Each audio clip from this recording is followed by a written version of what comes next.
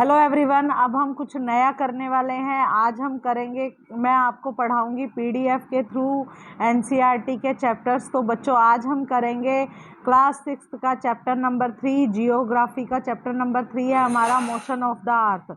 हम पढ़ेंगे अर्थ में क्या क्या मोशंस होते हैं, क्या क्या चेंजेस होते हैं, कैसे सीजन्स होते हैं एंड डेज बढ़ते हैं। तो बच्चों, हमारे चैप्टर का नाम है मोशन ऑफ द अर्थ। इसमें हम रीड करेंगे एनसीईआरटी का चैप्टर। स्टार्ट करते हैं। As you know that the earth has 2 types of motion. जैसे कि हमें पता है कि अर्थ पर 2 टाइप्स के मोशन होते हैं, that is rotation and revolution. Rotation is the movement of earth on its axis. Rotation क्या होता है? अर्थ पर मूवमेंट जो होती है उसे हम बोलते हैं rotation. Rotation is the movement of earth on its axis. और the movement of earth around the sun in a fixed path. जब सन के चारों ओर चक्कर लगाती है और एक फिक्स पाथ पर चक्कर लगाती है, उसे बोलते हैं revolution. The axis of the earth which is an imaginary line. जो अर्थ पर एक्सिस में जो इमेजिनरी लाइन है, makes an angle of 66 degree. वो कौन सा एंगल बनाती है? 66 degree with its orbital plane. The plane formed by orbit is known as the orbital plane. The earth receives light from the sun. जो हमारी अर्थ है वो लाइट कहाँ से रिसीव करती है? सन से। Due to the spherical shape of the earth, क्योंकि अर्थ की शेप कौन सी है? Spherical shape. 1/2 of its gets light from the sun at a time. एक टाइम में उसका हाफ पार्ट जो सन की तरफ होता है अर्थ का, वहाँ लाइट होती है। The portion facing the sun experiences day while the other half away from the sun experiences night। जहाँ पर सन की रोशनी होती है वहाँ होता है डेज, और जहाँ सन की रोशनी नहीं होती वहाँ होती है नाइट। नेक्स्ट है बच्चों हमारा आगे, the circle that divide the day from night on the globe is called the circle of illumination. जो सर्कल्स में डिवाइड्स होते हैं डे एंड नाइट्स, उसको हम बोलते हैं सर्कल ऑफ इल्यूमिनेशन। तो this circle does not coincide with the axis as you see in the figure 3.2। 3.2 figure में देखो बच्चों क्या है? Day and night on the earth due to rotation. Day और नाइट किसके कारण बनते हैं? अर्थ की रोटेशन के कारण। This circle does not coincide with the axis as you see in the figure 3.2। The earth takes about 24 hours to complete 1 revolution. एक revolution complete करने में अर्थ को कितना टाइम लगता है? 24 hours on its axis. The period of rotation is known as the earth day. This is the daily motion of the earth. ये है अर्थ का डेली मोशन। उसके बाद है बच्चों हमारा नेक्स्ट है, नेक्स्ट पेज है हमारा बच्चों,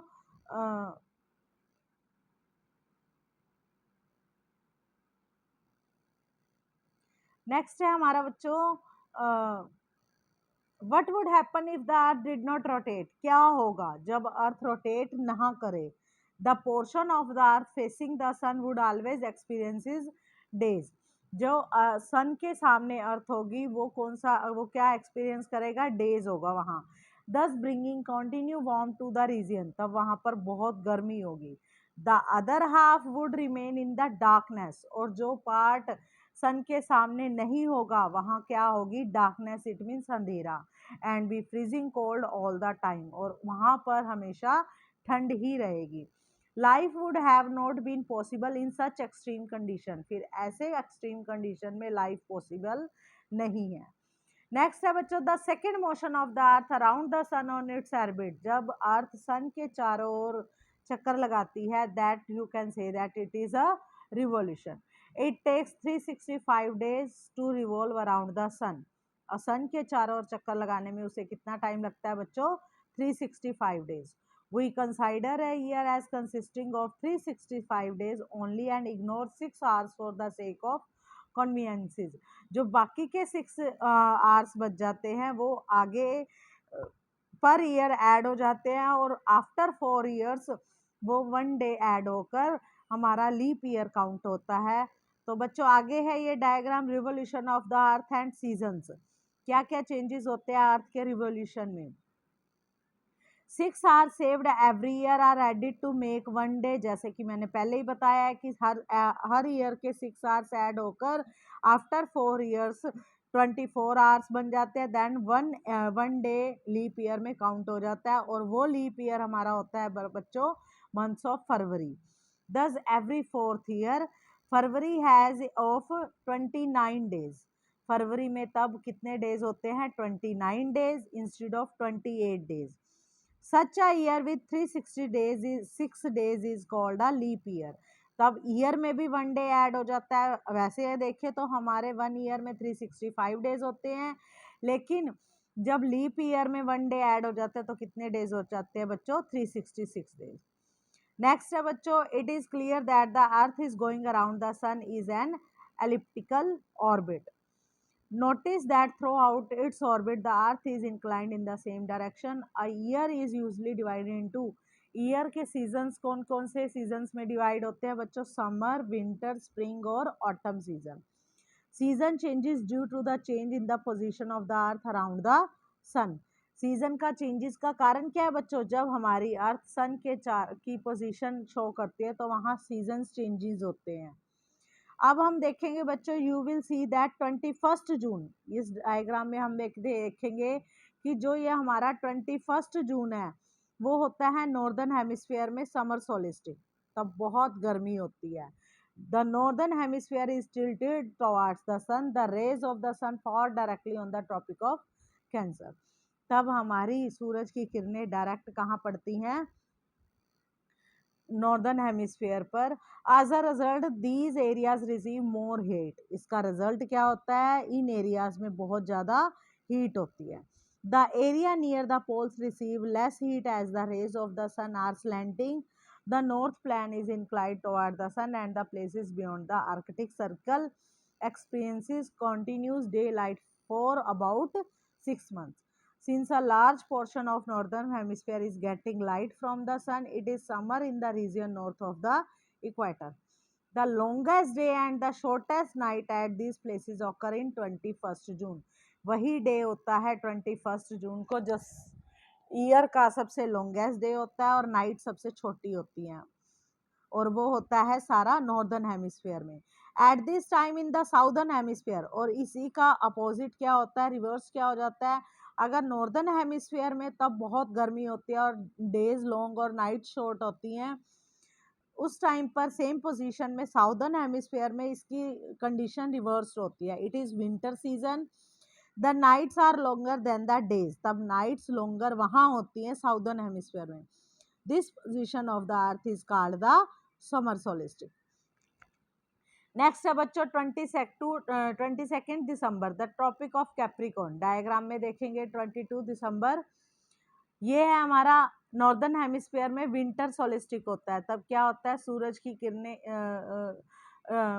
साइड पर होती हैं, तब वहाँ पर क्या होती है? विंटर सोलिस्टिक। क्या डेट है? 22 दिसंबर।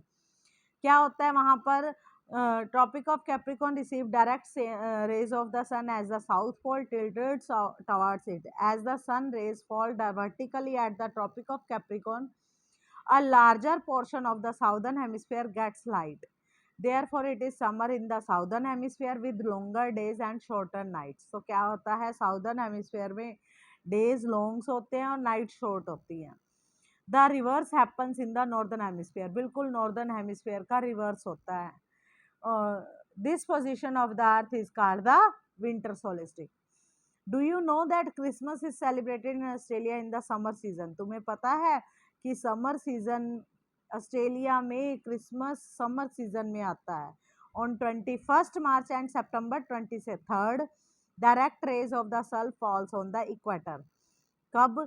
21 मार्च और 23 सितंबर को क्या होता है? सन की प्रॉपर रेज कहाँ पर आती हैं? इक्वेटर पर। At this position neither of the poles is tilt towards the sun, so the whole earth experiences equal days and equal nights. Days equal और नाइट्स इक्वल कब होती हैं? 21 मार्च और सितंबर 23, क्योंकि तब सूरज की किरणें कहाँ पर होती हैं? प्रॉपर इक्वेटर पर। So the whole earth equal days and nights equal. This is called a equinox. On 23rd September, it is open autumn season in the northern hemisphere and spring season in the southern hemisphere. 23rd September को क्या होता है? It is autumn season in northern hemisphere and spring season in the southern hemisphere, or the opposite in the case of 21st March. तो ये था बच्चों हमारा NCERT का चैप्टर नंबर 3 जियोग्राफी क्लास 6। अगर आपको इस चैप्टर से रिलेटेड कोई भी क्वेश्चनिंग करनी हो तो आप मुझे कमेंट बॉक्स में कमेंट करके क्वेश्चंस पुट कर सकते हैं। कहीं कोई प्रॉब्लम आ रही है तो आप मुझे कमेंट कर सकते हैं। तो बच्चों मिलते हैं नेक्स्ट टॉपिक के साथ, तब तक के लिए स्टे हैप्पी।